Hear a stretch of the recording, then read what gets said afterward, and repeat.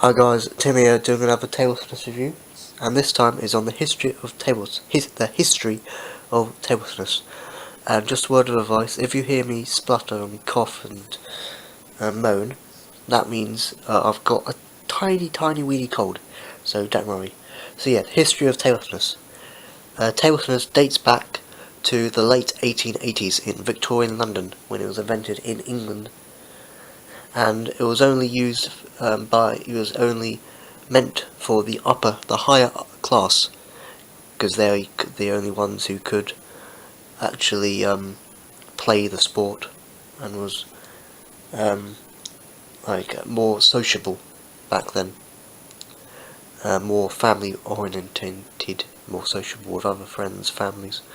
So yeah, now back in the late 1880s, they didn't actually have the equipment back to use. So what they use is they're just a random dining room table big enough. The old golf balls back in the day, which were actually rubber bands just all twined together to make a massive clump, about the size of a table tennis ball today. And they would use, say this is a table, they would use books for the net and books for the bat, which was quite fun if you're a very beginner, but not now. So yeah, then skipping a few more years later, actually 10 years later, to the late 1890s, technology had advanced very slightly. They actually had a table, which is weird, which I will splice on a picture of the table.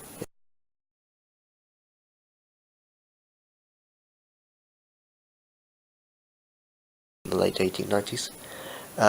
It was a table quite like nowadays, but it had nets coming out on the sides like that.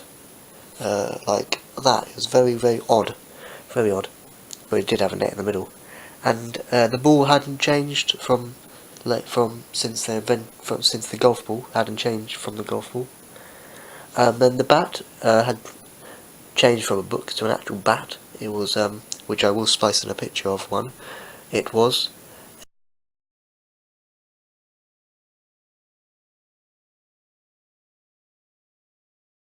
like a sheep skin or cow skin or leather um, bat. Then the handle was just like a weird stick type with woven with a bit of cloth, which I will splice in a picture of the 1880s bat. That one. Then skipping um, about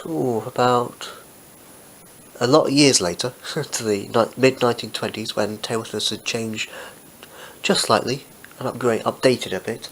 They had got on their tables. They had a standard table you'd see today, without the lines going down the middle, because doubles wasn't really a thing back then.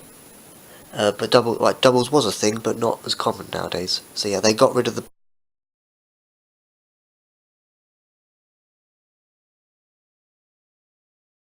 both the nets, both sides, which I will splice on a picture of. Um, and the bats were now made of cork and sandpaper on both sides, which of course I will splice on a picture of, and it actually looked like a bat of nowadays, which they continued all the way through until the very late 1930s. Then,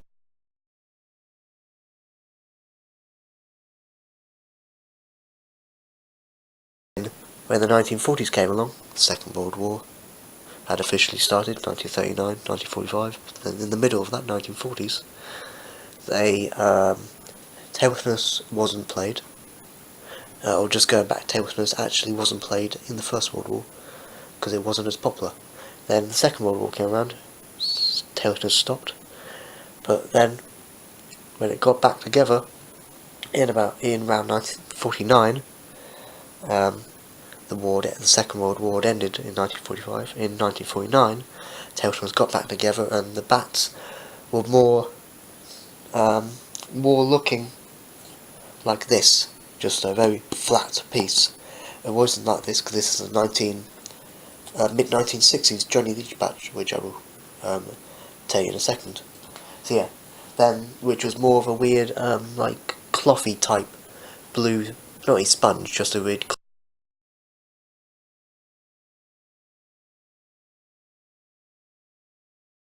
cloth type bat in the very late 1940s, 49. Then in 1952, a Japanese scientist, which we don't actually know his name, invented the first ever sponge table tennis bat. Which, what I mean by that is the first table tennis bat with a layer of sponge,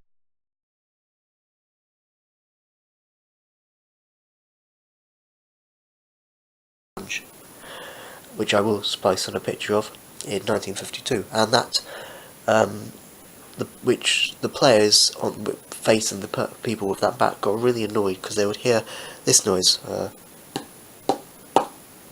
they would hear that noise, except they heard this noise, quiet, so they got really annoyed. So also they'll get put off. Yeah, so then that progressed all the way through the 50s, then very late 50s and mid 1960s especially.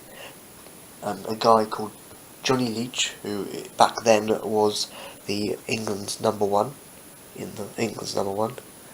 came out with this bat. This is the mid 1960s. Johnny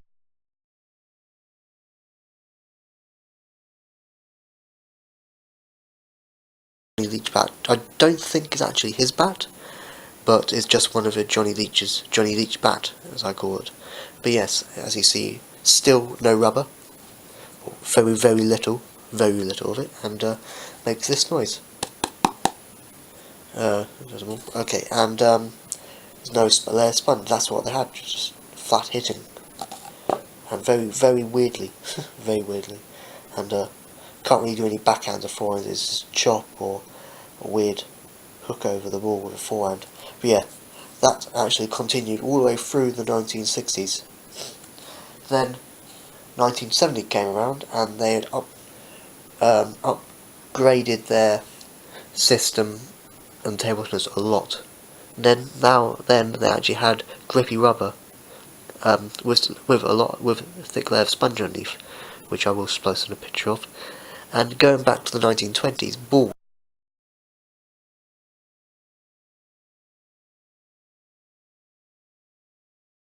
The old 38mm ball was actually invented in the mid 1920s, which I have got one here. This actually does say John Hilton Europe Champion 1980, but this is a traditional 38mm ball, which was invented in the mid 1920s. So yeah, also going back to the 1970s, nothing really had changed with the tables and the balls, but the bats had changed a lot, and the clothing did. But yeah, then in the 1980s, same, didn't change. 90s, late 90s got more into the modern style, speed gluing. Then the big changes was in the early 2000s, 2001, 2, 3, and 4. 2001, nothing actually changed. 2002, because originally the point system was up to 21, which took roughly 20-30 minutes, which was a long time, very long time.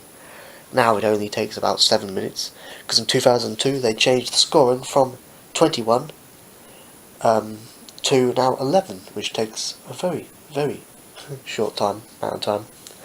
And also in 2002 they changed the ball size because of the camera issues, not trying to pick up the ball well, from a 38mm ball now, or back in 2002, to a 40mm ball.